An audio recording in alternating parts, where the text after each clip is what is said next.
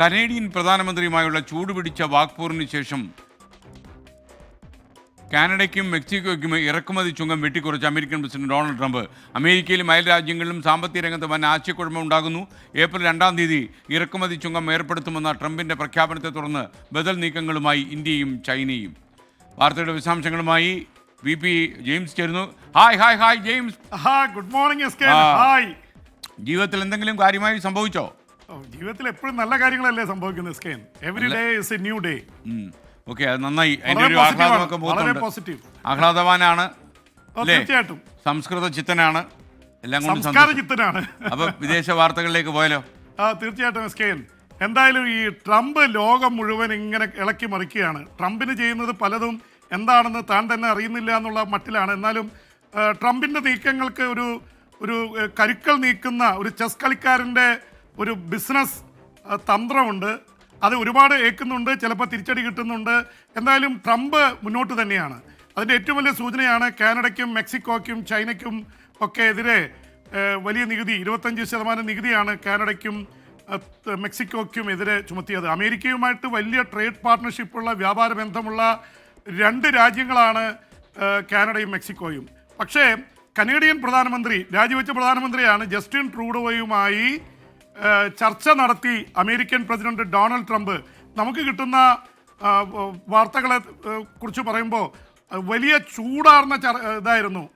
അത്യാവശ്യം പറ്റാത്ത വാക്കുകളിലൊക്കെ അങ്ങോട്ടും ഇങ്ങോട്ടും ചീത്ത വിളിച്ചു എന്ന് വരെ പറയുന്നു. കാരണം ഈ ട്രൂഡോ വലിയ ശക്തനായിക്കൊണ്ടിരിക്കുകയാണ്. കാരണം അമേരിക്കയ്ക്കെതിരെ അതിശക്തമായ നിലപാടെടുക്കുകയും അമേരിക്ക അടിക്കുന്ന അതേ അടികൾ തിരിച്ചടിക്കുകയും ചെയ്യുമെന്ന് പ്രഖ്യാപിച്ചതോടെ വളരെ താഴ്ന്നു പോയിരുന്ന ജനപ്രീതി ആർജിച്ച് വീണ്ടും ജസ്റ്റിൻ ട്രൂഡോ, ചെറുപ്പക്കാരനാണ്, അദ്ദേഹം വീണ്ടും തിരിച്ചു വരികയാണ്.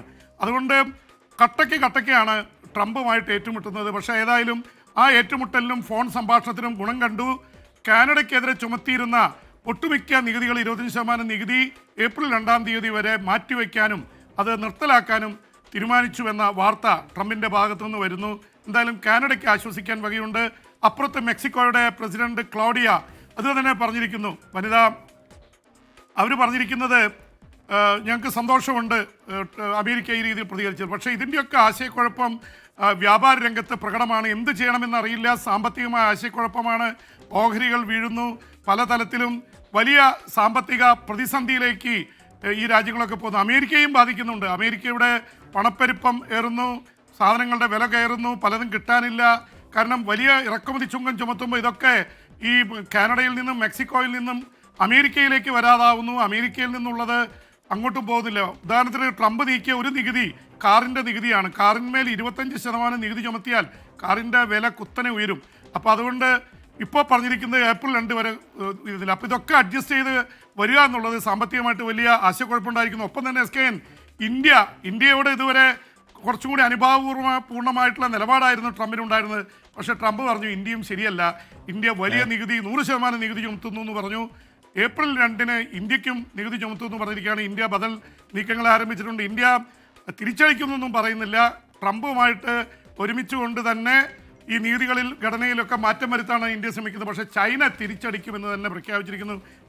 അമേരിക്ക പ്രഖ്യാപിച്ച അതേ നികുതി തന്നെ ചൈനയും പ്രഖ്യാപിക്കുകയാണ്. അത് അമേരിക്കയെ ബാധിക്കും. കാരണം ചൈനയുടെ ഒരുപാട് വസ്തുക്കൾ, വാൾമാർട്ട് പോലുള്ള സ്ഥാപനങ്ങളൊക്കെ ഫ്ലഡ് ചെയ്യാണ്. അപ്പോൾ ചൈനയുടെ ഗുഡ്സ് വരാതിരുന്നാൽ സ്വാഭാവികമായിട്ടും വിലക്കയറ്റം അതിരൂക്ഷമാവും. പക്ഷേ ചൈനയുമായിട്ടൊരു ട്രേഡ് വാറ് തന്നെ ഉദ്ദേശിക്കുന്നു ട്രംപ്. അതിനുവേണ്ടിയാണ് റഷ്യ ഇപ്പോൾ കൂട്ടുപിടിക്കുന്നത്. അപ്പോൾ ഈ തരത്തിൽ ലോകക്രമം മുഴുവൻ അത് രാഷ്ട്രീയമായിട്ട് മാത്രമല്ല സാമ്പത്തികമായിട്ടും അട്ടിമറിക്കുകയാണ് ഡൊണാൾഡ് ട്രംപ് എന്ന അമേരിക്കയുടെ പുതിയ പ്രസിഡന്റ്.